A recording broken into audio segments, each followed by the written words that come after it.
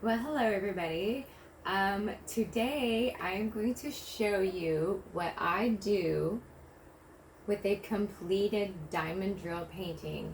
And if you've done one, you know that these take a lot of time and you don't want your project to instantly get ruined. So I'm going to show you what I do as I complete them. As you see, I got this one. This one is still all the way on its mat. I've already checked to make sure every single little diamond is there. I have a handy dandy light board that lights up so you can see what you're working on. I did not always have this when I first started doing these. So they actually took a lot longer, but this is wonderful because it helps you find all the little letters and symbols, whatever you're working on. So anyways, this one's done. The first step I do is, let me scoop this down. I got this nice little handy dandy roller. You might see it in paper crafting or stamps, etc. I just gently press down and roll. And you can hear, I don't know if you can hear it on this camera because it's so far away, but you can hear the little pieces clicking in. And you want to make sure that there's no more clicks. So I do it, and I'll do it in all directions.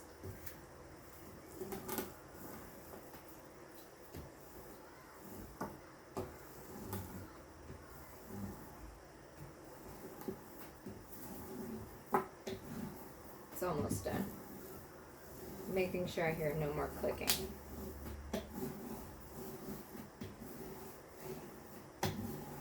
Alright, so it sounds good.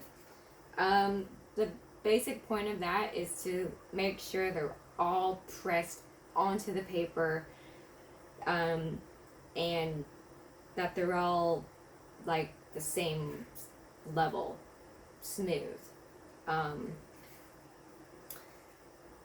Because you don't want any to go missing. Sorry, brain fart. So next step for me is I take my Fiskars scissors that I absolutely love.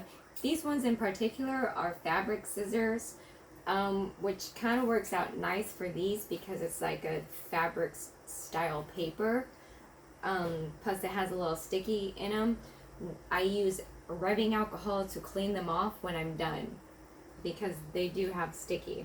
I have X-Acto knives and stuff like that, but for some reason I'm just still more comfortable using scissors. Everyone's going to be different. So I'm just going to trim the edges off all the way around, all four sides. And it doesn't necessarily have to be perfect up on the line or anything because, well, you'll see why. I'm just getting as close to the edge as possible.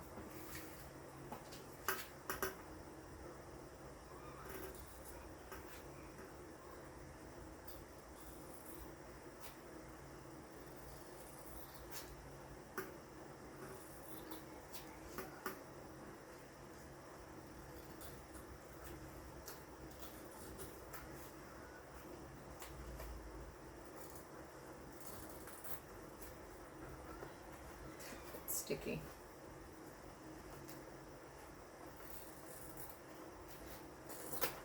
I think that's why I like using the scissors better because I've noticed like with X-Acto knives, especially since it's sticky, sometimes it can drag the sticky and move your pieces. I think I tried that like on one of my first ones and I was like, oh no, and I kept going crooked. So I'm just more comfortable using the scissors. I feel like I have more control.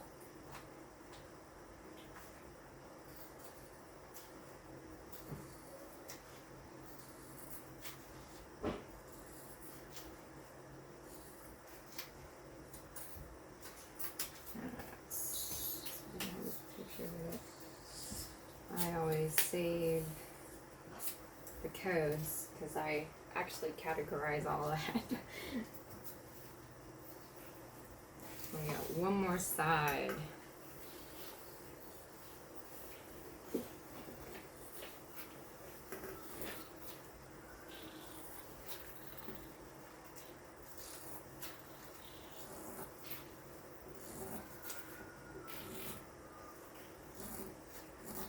Alright.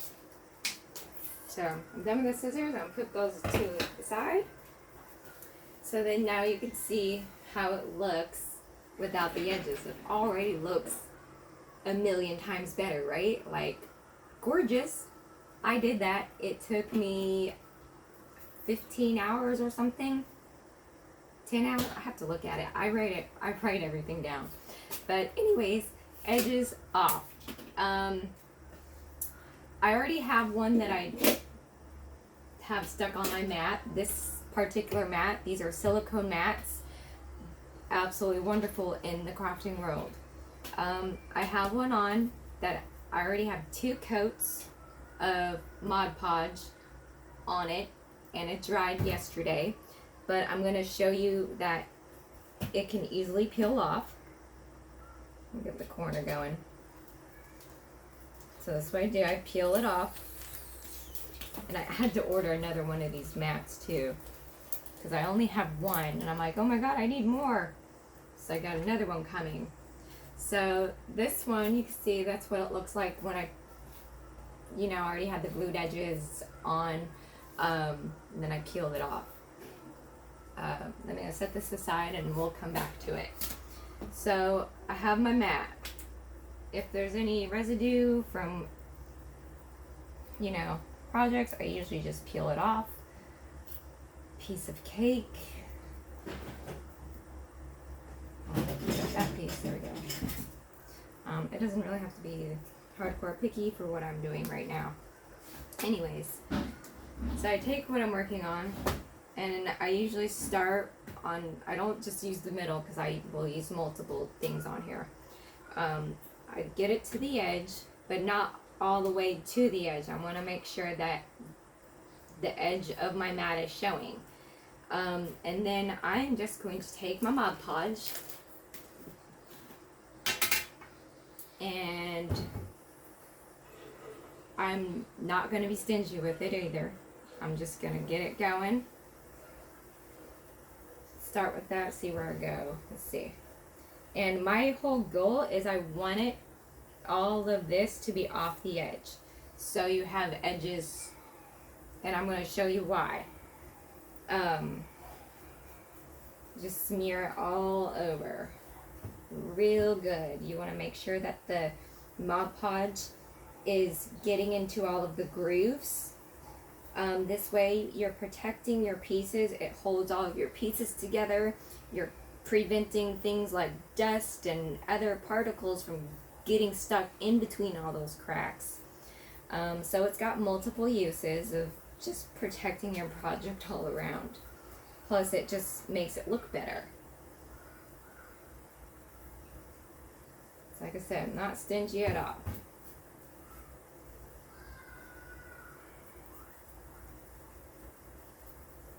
And it's no particular paintbrush either. It's just a simple little plastic acrylic style brush. Nothing fancy. I'm not doing actual painting, so I don't need a fancy brush. And I don't really like sponge brushes for this. I don't know why. I know some people like to use sponge brushes, but I'd rather use a paintbrush.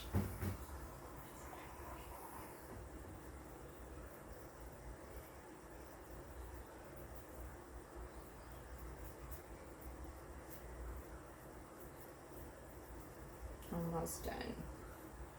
Basically, I mean, you don't want all the clumps in it either, so you really want to smooth it out as much as you can. Any excess, give or take, sometimes I already have another project out. I'll just put it on the next one. Oops, I'm so splattered. Or I just wipe it back in. I'm not wasteful. I use what I need, but I'm not wasteful.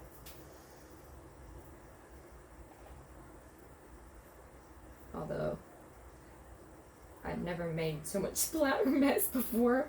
That's probably because I'm on camera.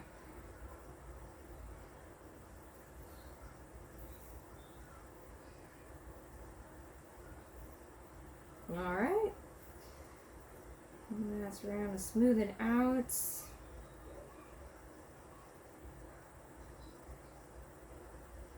Alright. So that's pretty good. That's just one coat. I do 2 coats of this, but I make sure that it's completely dry. But for now, I'm going to go ahead and skip to the part where I already did 2 coats, and I'm going to show you what I do to that. Let me turn this around, because I'm going to use the other side of my mat. This is why I went into the mat. Alright, so I flip that around. That there. And then I'm going to bring this one back over. So I have this, and you see, these are the edges, and it kind of feels like a, I don't know, like a weird saran wrap or something, plastic. Let me make sure that is clean. I don't want wet stuff on the underside. Usually I'm a lot more careful, but like I said, because I'm on camera, I'm being a little extra sloppy about it. But the goal is I take that whole edge and we are going to carefully start folding it and stretching it to the back side. It does not need to be super perfect of an edge or whatnot, because I end up framing them.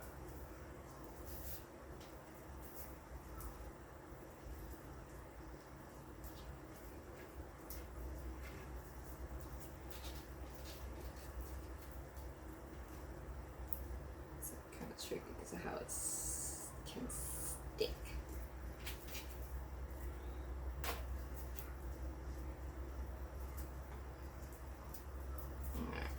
And then I'm just going to press it down. And then I'm going to use the Mod Podge again.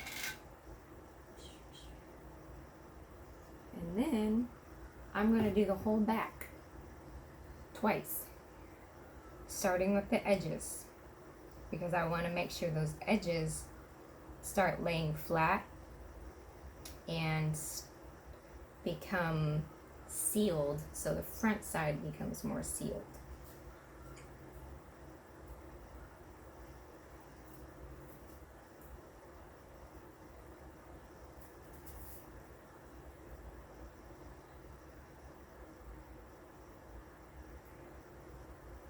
Pretty simple, right?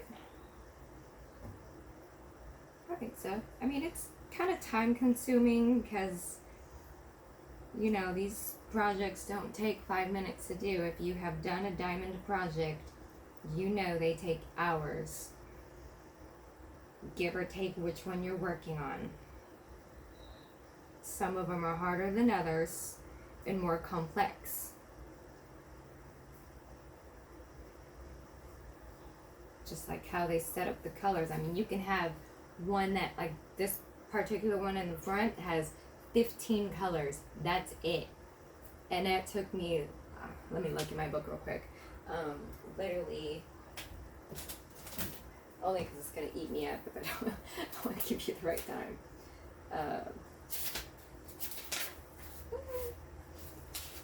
That one took me 10 hours. So they take time. 15 colors for 10 hours, like, that's a lot of time. This one right here with the moon, I want to say that took me 8 hours and 50 minutes, so almost 9 hours. And that one had 30 colors. So you can see that something that even might have a lot of colors can still take less time compared to something that has less colors, and that actually took me more time. So, I mean, it all, you know, they all vary, and they're wonderful things to actually work on and dedicate your time to if you're able to, or if you're a person that's good with quiet time to yourself, or if you can actually sit there and focus, because you do need to be able to focus. And I know if you have kids like me, it can be hard, because I have a 3-year-old running around my house. So it does get challenging.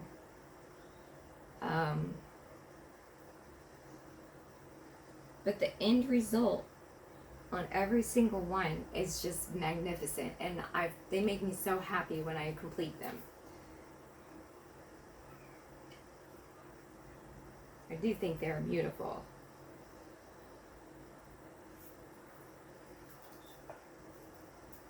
It's great therapy. Great therapy. Especially me. Sometimes it's hard because I have a lot of anxiety. I'm a person that gets anxiety with shakes and stuff like that. So sometimes if it's out of control, I'm like too hard to steady my hand. And I'll start doing this and try to stay focused. And the more I stay focused, the calmer my hand actually starts getting. So it actually helps me. It's been the most helpful, and I'm going to say mental health altogether is very therapeutic. But anyways, I did the back real good. So like I said, I started with the whole edges because I want to make sure that that's sealed down so the front is completely sealed. This was just the first coat. I would end up letting that dry, and I would do one more coat. Let me go ahead and close this. Put that aside. This one over here has already been done, front and back, sealed. So I mean, they're beautiful pieces, you could tell. And then this is the back. I'm not worried like if you can see stuff, because who sees the back of a painting or anything anyways? What do you usually do? You hang it up on a wall or you frame them, right? So the back, it don't have to be perfect. That's raw. It's just my point of like doing what I do is to help preserve and protect them so they last longer. So I mean, that's that. I mean, this just needs a frame for it. I have to pick out a frame. I have one right here that's already framed. A couple back here that's framed. And these ones over here, I did not use a light board, so they took me like 20 plus hours. And they're gorgeous. So yeah, I don't really know what else to show you for that part, besides actually putting it in a frame. But I don't have any current empty frames. I'm waiting to get some more. But that's that. So I have several that are already waiting to get this done, and then I'm working on another one in progress. So a lot going on, and I hope you enjoyed me showing you that. Any comments, questions, just ask me, message me, I don't care. Subscribe to me. I'm all new to this. I'm slowly trying to get it all going, and right now my nerves still get the best of me, so encouragement I could use. But I have a lot more of things like this that I'm fully capable of doing, and to be able to show you guys, because I believe let's see, brain fart. I can hear my son in the bathroom with water running, and I'm like distracted. So anyways, I love art. I love crafts. Like, this is my area of expertise. I can do a lot. So just be on the lookout for more videos of what I do. I'm a girl. I do makeup. I do hair. I love clothes. I love girl talk. Give me some stuff we can talk about, and I'll talk about it with you. straight up, because I'm gonna tell you right now, I'm literally one of the most realist people I know. So hit me up. But yeah, anyways, I got off topic, so I'm gonna get out of here, and it was wonderful to be able to finally show this. I hope it turned out decent enough. And if not, I'll most likely do another one down the line, because I would love to be able to get a GoPro and do it live to where you could see the whole time lapse of me doing these. But that's going to take some time. So I'm going to get out of here, and y'all have a wonderful day. Bye-bye. Oh my God, it's in my hand.